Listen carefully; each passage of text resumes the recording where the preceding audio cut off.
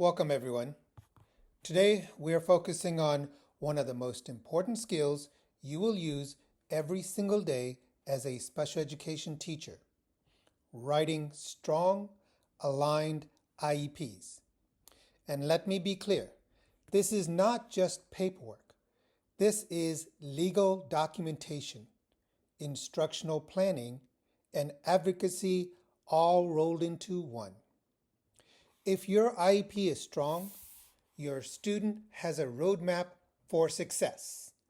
If it's weak, well, let's just say your inbox, your administrator, and possibly a parent advocate will all remind you very quickly.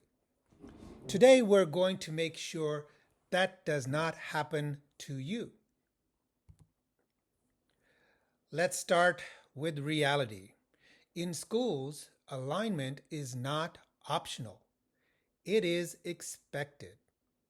When alignment is off, here's what happens. You write a reading need but give a behavior goal. You collect data that doesn't match your goal. You sit in an IEP meeting and someone asks, "Where did this come from?" That's not a fun meeting. Alignment protects you. It ensures your instruction is targeted, your data makes sense, and your student is actually receiving meaningful support. This is how you move from compliance to impact. Think of the IEP like a domino effect. Case study leads to PLAAFP, which leads to goals, which leads to services, which leads to progress monitoring. If one piece is off, everything collapses. In real classrooms, I've seen teachers copy and paste goals that don't match the student. That leads to confusion, poor instruction, and sometimes compliance issues. Your job is to make sure every step connects logically. If someone picks up your IEP, they should be able to trace the entire story from start to finish. This is where strong teachers separate themselves from average ones. The case study is not just something you skim, it is your evidence. You're looking for what can the student do, strengths, what can't they do yet, needs, what does the data say, how does this affect classroom performance. If you miss the need here, everything after this is wrong. In real life, this is like misdiagnosing a problem. You can't fix what you don't correctly identify. The PLAAFP is the heart of your IEP. This is where you answer the question, where is the student right now? New teachers often make this mistake. They write general statements like, "Student struggles with reading." That tells me nothing. A strong PLAAFP uses data, identifies strengths, and clearly explains how the disability impacts the student in the classroom. If your PLAAFP is weak, your goal will be weak. No exceptions. Let's look at this side by side. The weak version, vague, no data, no direction. The strong version gives a grade level, identifies a skill gap, explains the classroom impact. This is what administrators and compliance teams look for. Also, quick reality check.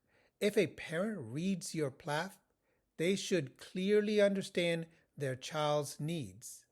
If they don't, you need to revise it. Now we move to goals, and this is where alignment really shows. Ask yourself, what skill is missing? What exactly needs to improve? Here's the rule you need to remember forever. If it's not in the PLAAFP, it should not show up in the goal. No surprises, no guessing, no adding new problems. In real IEP meetings, people will ask, why this goal? Your answer should always be because the data in the PLAAFP shows this need. SMART goals are your best friend because in education, if you can't measure it, it didn't happen.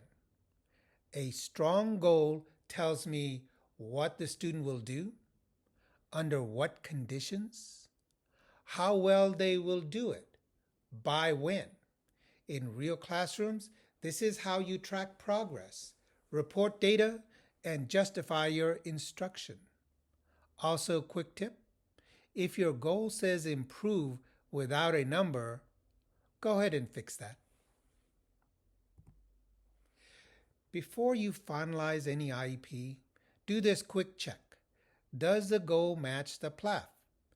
Is it measurable? Is the skill clear? Because guess what? This is exactly what your administrator is going to check. And if you ever go through an audit, this is exactly what they look for. Think of this as your protect yourself checklist. Let's bring it all together. Strong IEPs are not complicated. They are intentional. You start with accurate data, write a clear PLAAFP, align your goals, make everything measurable. If you follow this process, your IEP will not only be compliant, it will actually help your students succeed. And that is the goal of everything we do. Now I want you to think like a real teacher, not just a student completing an assignment. What happens when we get it wrong?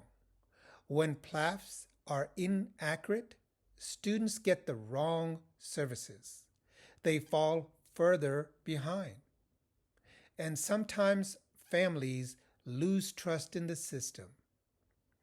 This is your chance to reflect on that responsibility. As you respond, connect your thinking to real classrooms, IEP meetings, parent conversations, and instructional decisions you will make. This exit ticket is your quick check for understanding. These are not random questions. This is exactly what you will face in real schools. If you can explain why data matters, identify misalignment, write a SMART goal, then you are on the right track. If not, that's okay. That's why we're practicing now, before you're sitting in your IEP meeting. All right, before we wrap up, I want to leave you with something that goes beyond this presentation and honestly beyond this class. You see Data King up here, and yes, it's a little bold, and there's a reason behind it. In special education, data is your power. Not opinions, not guesses, not I feel like that student is doing better. Data. When you walk into an IEP meeting, you're not just a teacher. You are the expert in that room. And what makes you credible is your ability to say, here is where the student started. Here is the need identified in the PLAAFP. Here's the goal we wrote. And here's the data showing progress. This is alignment. That is professionalism. That is how you advocate for students. Now think back to everything we've covered today. You analyzed the case study. You wrote a strong PLAAFP. You aligned it to a SMART goal. You checked for alignment. That entire process is driven by data. In real classrooms, this is what separates overwhelmed teachers from confident ones. Because when a parent asks, "Why does my child have this goal?" you don't panic, you point to the PLAAFP. When your administrator reviews your IEP, they don't question it, they see the alignment. And when it's time to show student growth, you don't scramble. You already have the evidence. That's what this slide represents. Not just a title, but a mindset. So as you move into your classroom and attend IEP meetings, I want you to remember this. If your IEP is aligned and backed by data, you are protected, you are prepared, and most importantly, you are serving your students the right way. That's how you become the data king in your own classroom. Thank you and goodbye.